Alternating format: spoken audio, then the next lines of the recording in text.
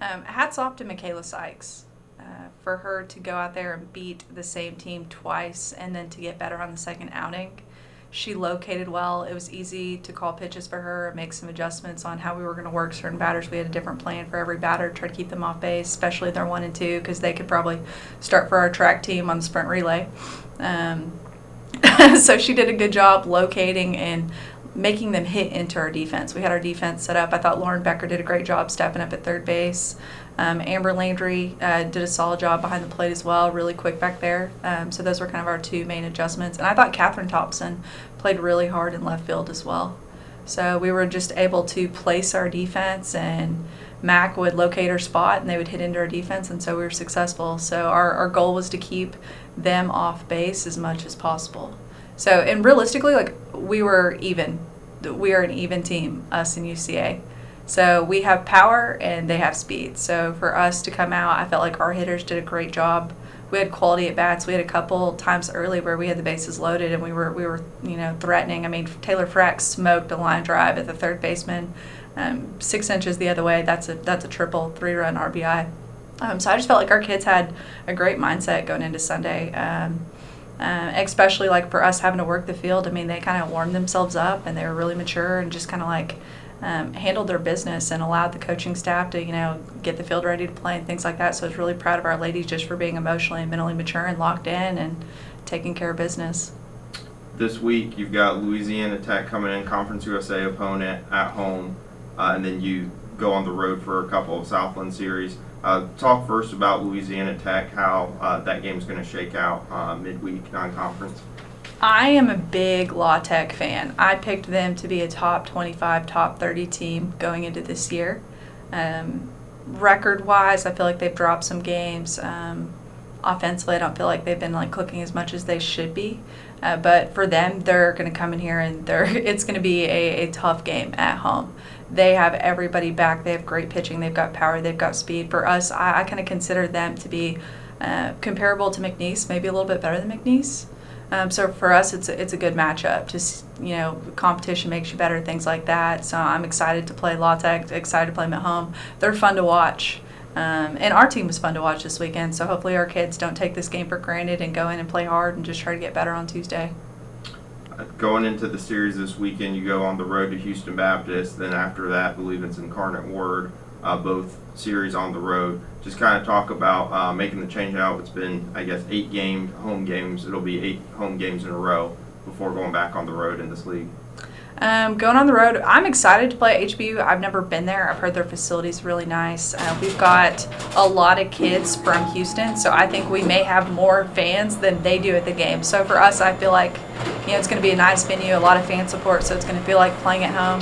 HBU has a little freshman pitcher that spins the ball pretty well, works the ball top half of the zone, not a big power pitcher, so we're going to have to be really disciplined with her, but she's done a good job keeping her games tight when she throws. And HBU swings it. They've got 2 lefties at the top that run really well. They can hit for power. Their kids are hacking. I mean, they got some big mamas that swing it hard. So it's going to be a very competitive series. Their coaches have been there for a long time. They built a good program, so we're excited. I'm excited to go on the road. I like playing on the road, and I feel like our team's in a really good place right now. So they definitely like playing around their families and being down in Houston. So it'll be a good series, I think.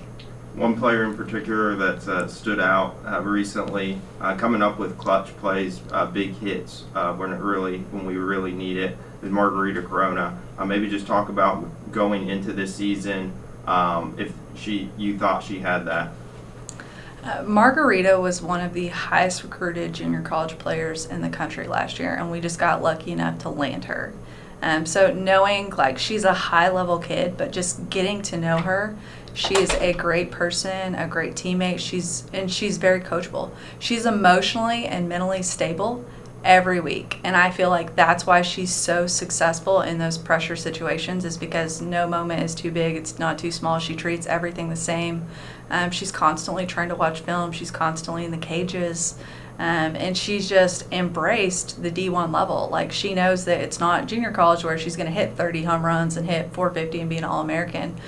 She's, thrived in adversity and just really locked in. And she really buys into, I'll do anything to help my team win. And for her, I feel like that's why she's so successful, is because she's such an unselfish player, and she's been willing to make the adjustments and put in the work. So just hats off to that kid for being a rock and being steady and just being a great teammate. All right, thank you, Coach. Thank you. After Friday, with the rain shortened game, he was very upset because he said he felt like he really had a good feel of what he was doing pitching wise, and he felt like he had all his full repertoire of pitches, and so I think he was ready to go. He begged to pitch again on Saturday, as a matter of fact, and we just knew that was not going to be a possibility with the way things kind of played out, and so we really didn't have any idea or plan to pitch him on Sunday.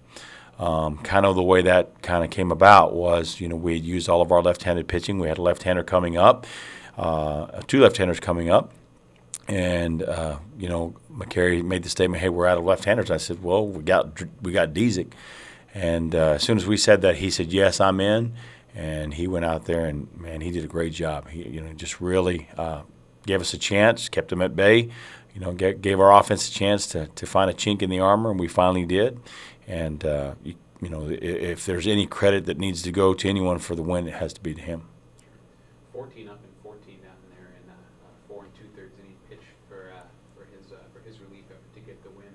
But was that kind of that last one there?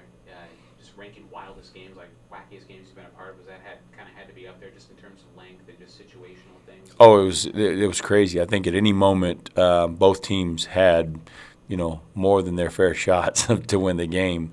There were some great plays made defensively. There were some poor plays made defensively. We kind of ran the gamut. We kind of saw a lot of things. Hit by pitches. We had pitchers go out there and dominate. We had guys go out there and walk people. I mean, it was on both sides, And then I think the ball that's ruled foul in the 10th, I believe it was. Man, I really thought it was a fair ball. That would have been a great way to end it with Martin hitting the home run and then Dzik closing the door, but just wasn't meant to be. And all the respect to our kids for just staying after it, and refusing to get swept. Sure. Most of what happened was because of your pitching. Sean Beasley gave you another quality start there in the front end. He went 5 strong innings. For the future standpoint, do you kind of see 5-6 being your starters limit, then just going inning by inning from a bullpen standpoint and seeing if that'll be kind of a more solid plan for you guys here moving forward? I mean, we would love for our starters to go into the 6th and 7th inning, no doubt. And we tried it. We tried to throw them out there, but we've got to do a better job of getting our guys in shape. It seems like at the 5-inning mark, our guys are running out of steam, running out of juice. One part of that is they have to minimize the number of 3-ball counts, number of full counts, and put hitters away. Because our pitch count gets kind of high, and we're looking at 80 some odd pitches in the 5th inning, where you should be into the 6th or 7th inning. I think if they do that and really focus on limiting the amount of waste pitches, limiting the amount of non-competitive pitches, I think that puts them in a spot where now they can get into the 6th and 7th and they're not as tired.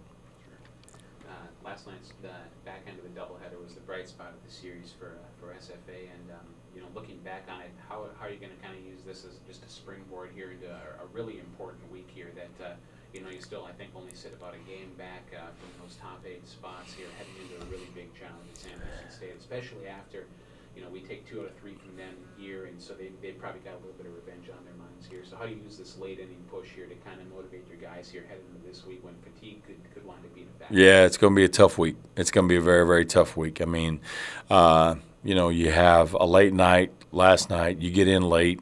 We're traveling to San Antonio, so that'll be another late night. I mean, it's going to be a very, very difficult week for us. What our guys have to understand is it's a rivalry week. I mean, these games, I was just talking to somebody earlier, these games are really, really tightly contested, and it seems that everybody really does well at protecting home turf. They're a great team. They're a great team, and they're well coached, and we have a lot of respect for them. But at the same time, that's the big rivalry when you're here at SFA, and so our guys are going to have to use some of that momentum, some of that, spark that we created last night, They're going to have to use some of the adrenaline of it being a rivalry game, and we're going to have to really go out there and try to give it everything we have and just try to find rest where we can. I mean, it's just kind of where we're at right now. This is a great opportunity for us to either get in or get out. I mean, hopefully we do our best and we can win 1-2 games in their park. But if we get swept, then we're looking at a situation where, man, it's a really big uphill climb with the remainder of the season going. Sure. You take a look at Jared Martin and Jake Georgiadis from last week. Not necessarily the best weeks at the plate for them. Do you kind of attribute that to then pitchers are kind of just catching up, knowing what their tendencies are a little more, whereas they didn't necessarily do that in the beginning of the season, have that data to kind of scout them a little bit more? I think that's true. I tell people all the time that you can get out to a hot start in this conference, but programs do their homework. They get scouting reports. They look them over. They go over them with their pitching staff. They have an idea of who's going to beat them, who's not going to beat them. I mean, we do the same. Whether they can execute that, that's up to whatever happens on the weekend. But people are starting to pitch them kind of in the same pattern. What's going to have to happen is those guys are going to have to make some adjustments in what they do. They're going to have to make sure that they don't swing at pitches out of the zone and give those people the opportunity to get them out with not a good pitch. And they're just going to have to understand what people are trying to do to get them out and try to make an adjustment. If you just go through the entire season hard-headed and you don't make adjustments throughout the year, then, yeah, you're going to get off to a hot start. But like you said, as soon as the scouting reports catch up to them, they're going to have a hard time competing. What are you kind of most pleased with over this week stretch here? You start off with a win against UTA, then you finish it up last night with another Southland Conference win against Northwestern State here in that 15 inning. Well, the thing that I'm most happy about for the last week is I really feel like our pitchers, as shorthanded as we have been this year, I really feel like they've done a good job of just staying with the program, just trying to get us to the next inning, try to give our offense a chance. I think our hitting's been pretty consistent all year long. Defensively, I think we can get better. But I definitely think that pitching-wise, we've made some strides. Like you said, we had 39 strikeouts and 20 walks. If that's 10 walks, then it's a great weekend instead of a really solid weekend. I think if we're down 10 walks, then maybe we win another game in there, and now it's the 2-win weekend as opposed to just a 1-win weekend. So I think that's the key for us moving forward. That's what I'm most happy with right now is the progress that we've made pitching wise. I'm really happy with the progress that our freshmen have made as far as assimilating into the roles that weren't really going to be their roles at the beginning of the year. And I'm just overall happy with the competitive spirit that my team showed for the last week. Surprise, surprise, the weather played a factor in another weekend series for us. So part of the answer to your question is we've had to deal with it a lot. So the experience is there. So you just have to do what you have to do. But we had the weekend set up real nicely for us, and went down to Prairie View A&M. Didn't play particularly well. I mean, I'll give them credit; their doubles has improved, but we just had some missed balls and weren't sharp enough right off the bat. But turned around and we're very methodical, very businesslike in our single sets, and I think that was exactly what we needed, and give us that win, give us that feeling and the validation of the process there, and so turn around and feel like we had another winnable match on Saturday, but the weather had other ideas, so we just rolled with the punches and recovered, had fresh legs, and felt like we knew that we had beaten Corpus Christi in the doubles in previous year in the conference tournament. We trained for it. We knew what they were going to do. They did exactly what we expected them to do, and we just couldn't finish off some of those points. And stylistically, we probably weren't committed enough there. But we just kind of rallied around and said, all right, well, we let that one slip, and it's going to be up to each of you individually to really engage and invest in this singles match and just try to find 4 points out there, and I felt like we did a good job there. I thought there were definitely 4 winnable matches, and 2 of them we got, and the third one we probably should have gotten there with Gabby, but you can't win them all there in that situation. Then we just weren't able to get over the hump. But in the last 3 years, that's the best team in the league. They set the standard. They're 35-2 in conference play, and that there's a reason for that. And so I felt like it was a good test for us, and we have to, even though we didn't get the W, we have to feel better about that. We have to feel very proud of how we're still, battling and giving ourselves chances, and we just gotta use that as a positive sign for the week, put some more energy into practice, and move forward. Sure. This one's kind of set up a little bit similar to the way that you prepared here last week. When you go to Arkansas, you play one on Friday, then that gap day, then that last one on Sunday here. Are you going to kind of prepare the same way here in what's really kind of just a must-win Southland Conference weekend for y'all? Yeah, that's the plan. I don't want to say must win. I mean, in a way, philosophically, we must win every match. I mean, that's what we want to do. That's the way we're judged. Unfortunately, we're passing the quizzes and we're doing good on the homeworks, but some days on the test, we're just not remembering what we're supposed to do. And we don't finish all the time. And that's the trademark of a young team that's battling to find their way and figure that out. So we're viewing this weekend the same as an opportunity to have another test, and we feel like Friday's a good opportunity to go get a good win and take that Saturday to refocus, and then Sunday. Southland Conference opponent. Feel like we got a chance to get to 4, and we need to have our best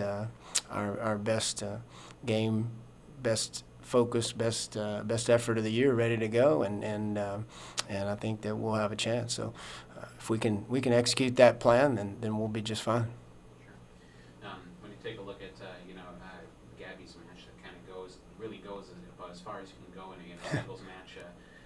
Would she have? I guess looking back, would she have done that earlier in the year, and kind of how much has she grown? After playing through that top singles flight through this year.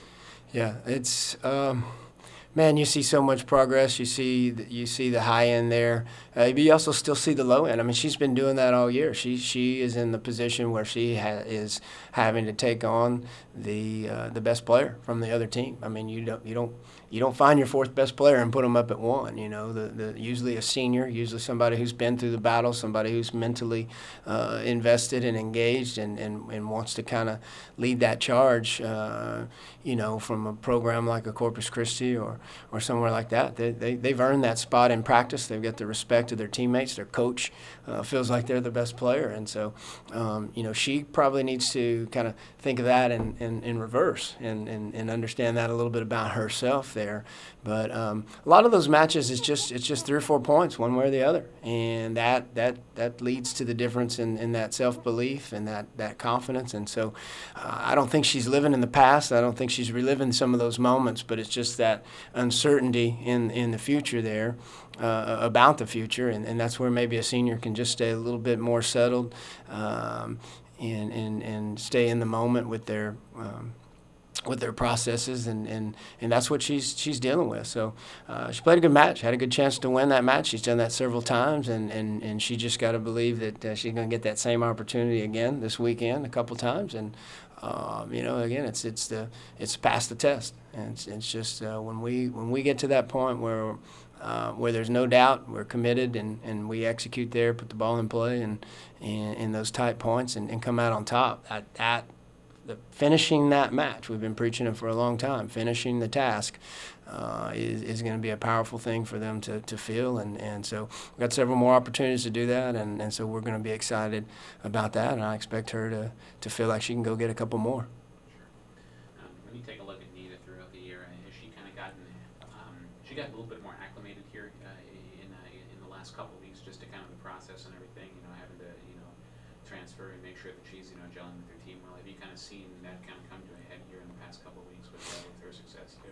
I have. I mean, I've never really worried about her. Just kind of, it's all in her preparation and her head. Really, to be honest. And when she gives herself a chance and she's invested, she's just a warrior out there battling a little bit of.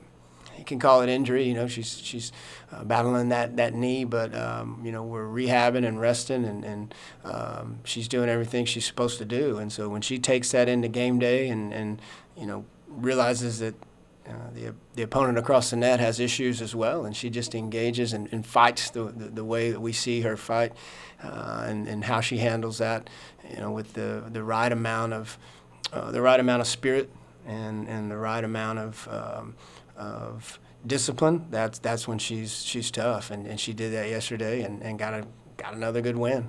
So, just need a couple of those and really, again, look up and down the court and see everybody invested. And we just got to find a way to get that fourth one against a good team. And two more opportunities to do that. And we'll see that maybe her and Armel, same way. The kid she beat yesterday was freshman of the year last year. And so we got to, whether it's pixie dust or not, we got to sprinkle some of that on each other, and just remember that it's a team sport. And if we can carry that energy and get that to amass in one day against a good team, we're going to do that. And we did that against New Orleans earlier this year, and we almost did it again yesterday. We've almost done it several times, but almost doesn't count. And so I just hope that they stay invested and realize that we're making progress.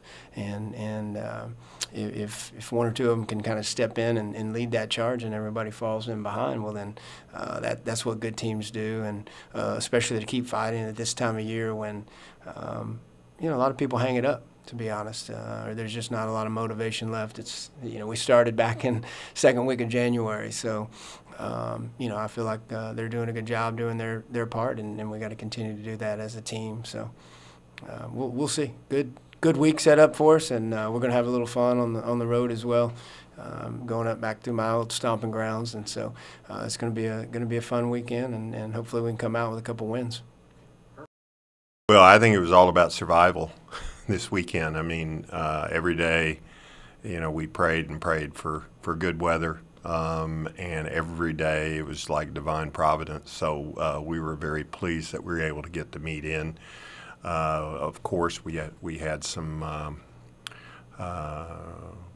contingency plans if needed be, but we were able to get it in each day. Had some beautiful weather on Thursday, and really hot and sticky and steamy on Friday. But by the distance races Friday evening, it was just so nice. And then Saturday was just about. Man, it was just about survival, so I'm just glad we got it in. Some schools didn't even bother to show up, but you know what? We're going to compete. Even if we have to pull some of our athletes who've been a little bit banged up, we're going to compete no matter what, because that's just a mental toughness thing for our program, and our kids were really mentally tough this weekend. How do you think the performances went? Obviously, some kids got to perform that maybe hadn't gotten their first action, or were getting their first action in, or were getting their first action in front of some other faces. So. Well, I had a chance to see and experience. There were three things that really stood out to me. One is that Denzel Green. Here's a freshman, Denzel Green, that comes out and jumps over 25 feet as a freshman, and that's a big league jump. And he was a 24.9 guy out of high school.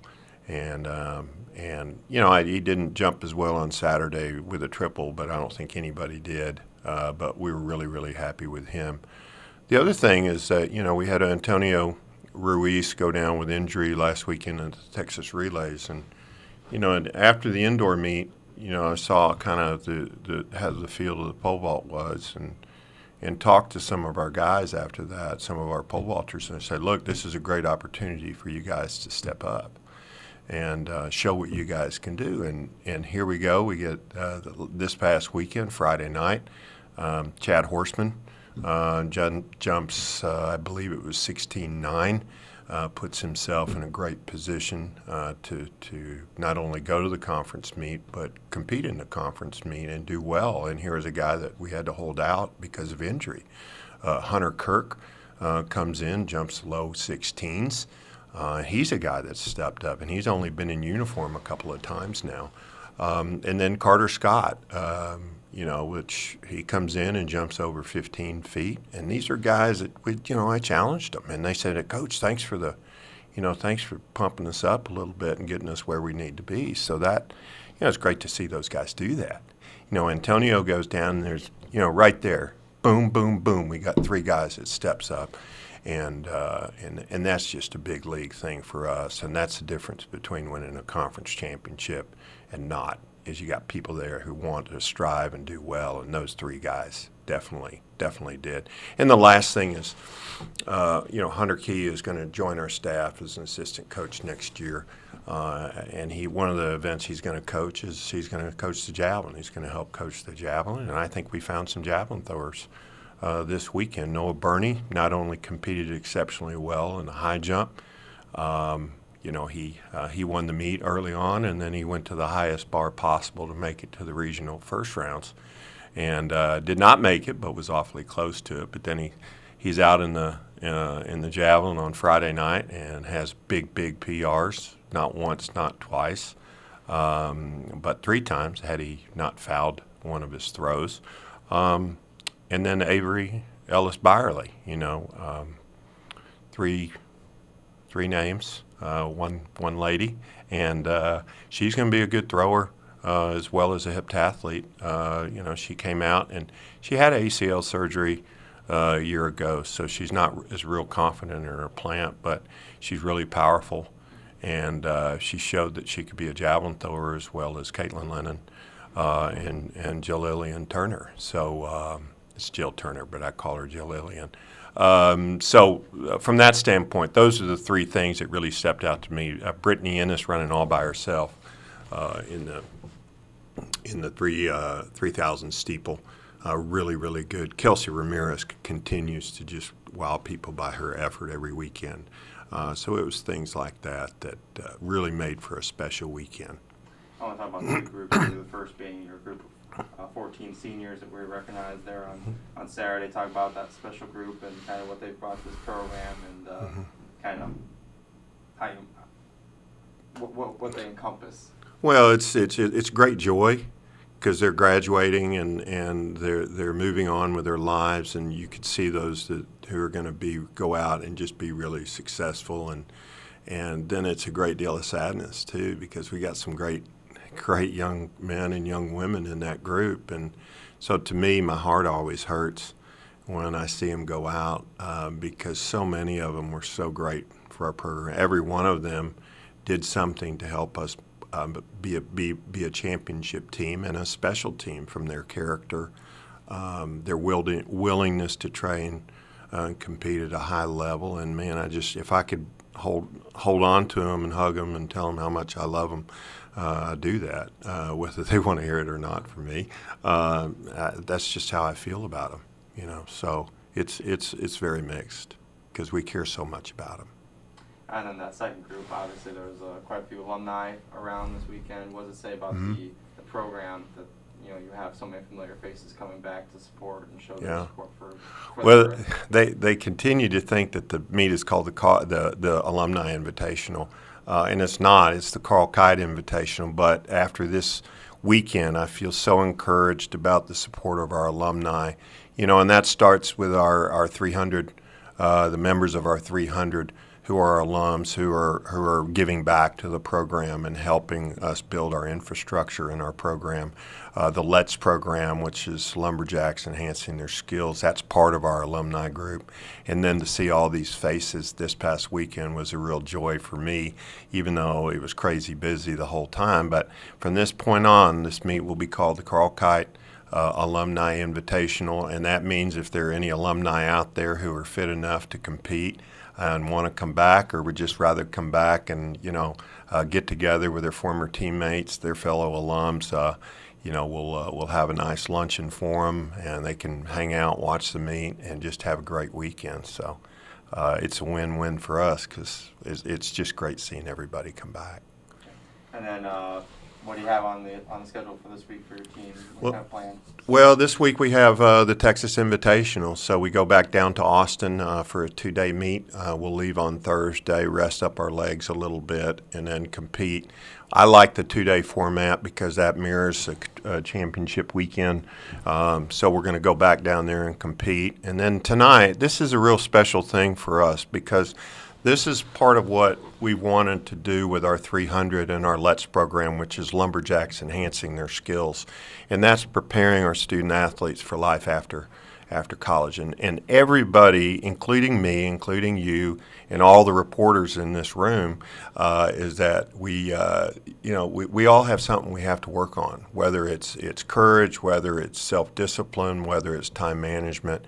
And so I was connected to a former classmate of mine from way back in 1970s and 80s, Parker Schenecker, who has an amazing story of resilience. And he's partnered with Dee Daugherty, who is the founder of Total Courage, and it's a character development program that they come in. We had a great dinner with them last night. They're going to come in tonight. We have a team meeting at 8 o'clock. They're going to be around practice today. Greg Foster is here as well, and if anyone knows track and field, they know that Greg Foster is a Olympic silver medalist from 1984 in L.A. Sorry, Greg. And multiple world champion, multiple world record holder. And just when you talk about the great hurdlers of all time, and the U.S. is certainly there, he's one of the guys that everybody talks about. And he's going to be here today. He's going to come to practice. He'll watch some of the technical stuff that our kids are doing. And they're all going to be at practice today, and they're all going to meet our kids. And they're going to reach out to them. And their only thing is just to say, hey, you don't know us at all, but we love you. We're going to help you with any issue that you may have. It's just a real powerful group, and they're not going to be. This is not a one-day thing. This is going to be over the course of the next year, next 2 years, as many times as they're willing to come back. So, Dee Daugherty, Colonel Daugherty, who's a retired colonel from the U.S. Army. Parker is a retired colonel from the U.S. Army. Greg Foster, of course, has been an athlete, a professional athlete for years and years, as well as an agent. But all are godly men, and from this point forward, we'll have different members of that group come through, and somebody will find a connection with them, whether it's through endurance, whether it's through resiliency, whether it's through courage. Everybody's going to be helped by that, and that's something that just our 300 and our Let's program has helped us do. We've raised money in order to do this. Even though it's free, that's something that we're going to invest in, both financially and with time over the next several years. So we're excited about it. All right. Thanks a lot for coming in, Coach, giving us the time, and appreciate it. Thank you. Well, I think you're seeing some growth, some individual growth, some collective growth out of a few positions. Every day for a lot of our young players, our transfers that just arrived in January, every day is kind of a new day for them, a new first day, with whether it be installation or practicing on the grass versus practicing in the stadium. But I've been pleased with some individuals that are growing, and then obviously, there are some groups that are, you're starting to build that culture and that mesh that that we're looking for. It was good to get all of our work in. Obviously, we've had to kind of readjust some of the dates, and I've got to be careful not to put too many layers, on the players. For example, tonight will be our third consecutive day to go during spring drills. With the end date of April 21st, I'm trying to get everything in before the spring game, so we don't have to come back for additional practices. But you just got to know where to push and where to pull off. And I thought we pulled off a little bit last night, coming out of a scrimmage. Now tonight we need to go out and have a pretty good work day. Coach, scrimmage defense really kind of stood out on Saturday. Yep. Mm-hmm. Maybe talk about some individual players on that side of the ball that you thought really showed some improvement and really stood out to you.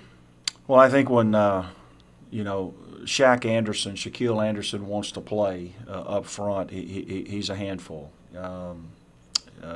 Getting him to play down after down at a high level is the challenge. But when he is, he's a handful. When when he decides to go. So, blocking him's a challenge for some of our young offensive linemen. Rashad Nichols, again, another young man that's played a lot of football. I think Rashad started 10 games for us as a redshirt freshman last year. He's getting himself in a little better shape. He's playing both the nose position, as well as defensive end, and 6'3", 300 pounds, 305, and moving very, very well. So I was pleased with, those two young men up front. Paul Hill, Lamont Alexander's been out since about the second or third practice. We'll get Lamont back this week. But what that's done is allowed us to work with Paul in more of an extended role, and Paul showing his value and his worth. And that's really good to see at the nose position. So I feel good about some of the individuals and collectively how the D-line is coming along. I like Quinn Jones. There's no question. Quinn's 6 foot, 232 pounds. He's strong. He's physical. We've got to train him a little bit better with his eye discipline. But he's very physical, loves the game, competes at the game every day. Doesn't have a bad day when it comes to football, even when you're correcting him and, or he makes a mistake. But he's making a lot of plays out there. I've been very pleased with Gavin Rowland, the sophomore, from Clear Springs, and then Trenton Gordon, the sophomore from Rowlett. Of course, Trenton was our returning leading tacklers, our high safety. We've moved him to the low safety, and it seems to suit him and fit him well. I think all 4 of our scholarship corners are playing well. I thought that Tabo Hendricks, Artavius Hendricks made a big jump last week too. So, we're over there without Demetrion Amy, who's out with a concussion. We're nursing along Lamont's knee a little bit. Trey Ramos is not live. So, we've got a few pieces that we aren't practicing over there, but I like the way we're running to the football, and obviously that showed. You take out the first drive of the game, and then 3 or 4 series later where we gave up a long touchdown pass, I thought for the most part they played extremely well. Obviously, there were some struggles on the offensive side of the ball, but you mentioned Saturday, at times there's individuals who really stepped up. Maybe talk about those in specific plays. Certainly Tamarick Pace, had a nice big ball throw and catch, for a touchdown. Thought Thomas Hutchings, non-scholarship running back that we've brought in. Now, of course, he played at Cedar Park high-level high school football, played at Blinn. I thought that he's gonna be able to complement that running back group. Jamal Shaw had a nice catch and third and long situation, converted it to a first down. Thomas Nolly had a few catches. Been very pleased with Josh Covey. Josh completed about 50% of his passes. He's still learning blitz protections, coverages, where to go with the football versus man and zone, trying to get his footwork correct, not to be late on throws. But he's got some toughness. We made a couple of those quarterbacks live, and Josh,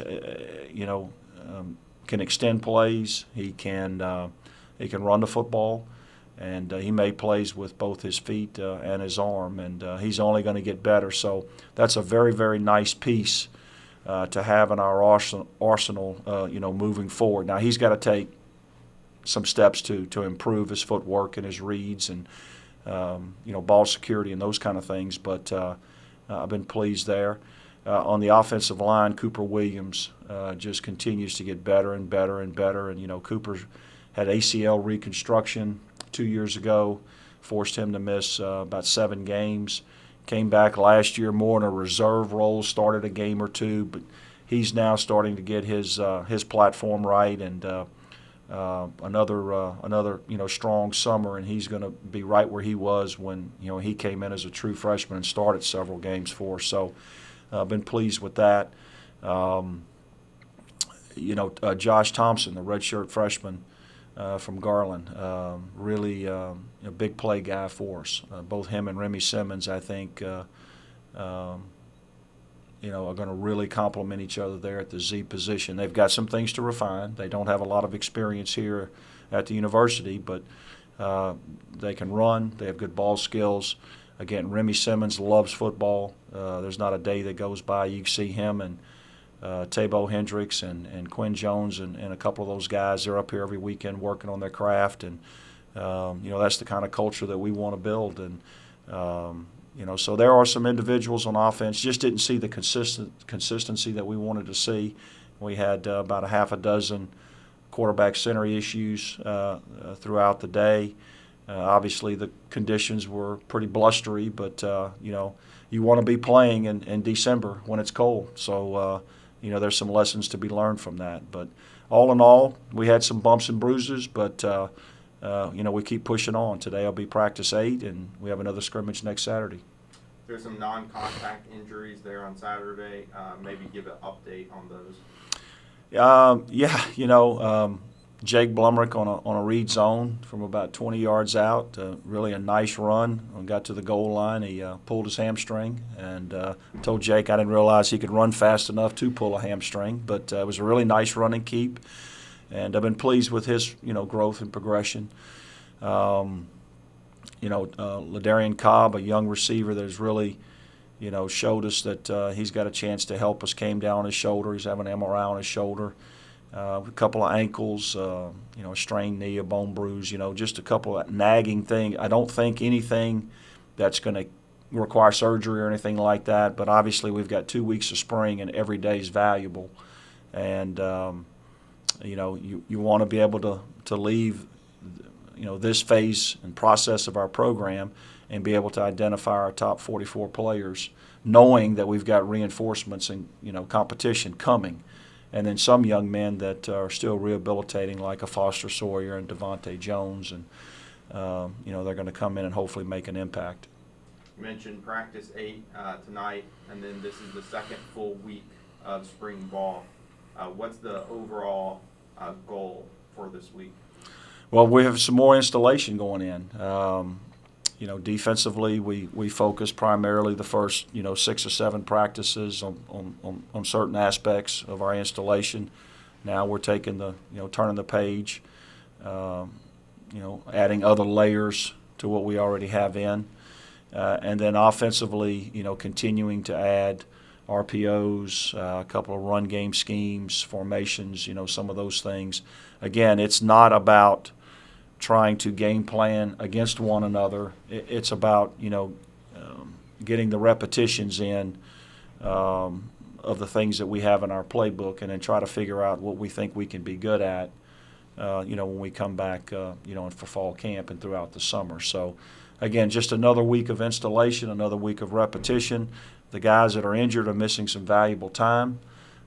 Need to get those young men back on the field. We will get, I think Bryce Wempa back, tight end, and Lamont Alexander back. Hopefully we can get Tamarick Pace back by the end of the week. He has a little bit of a knee strain. But what it does do is it opens up some opportunities for other young men at those positions. Now, you don't have a plethora of depth in the spring, so we have to be smart as coaches not to overcoach, over-rep, certain athletes where the line's not very long. All right, thank you, Coach. All right, I appreciate it. Thanks.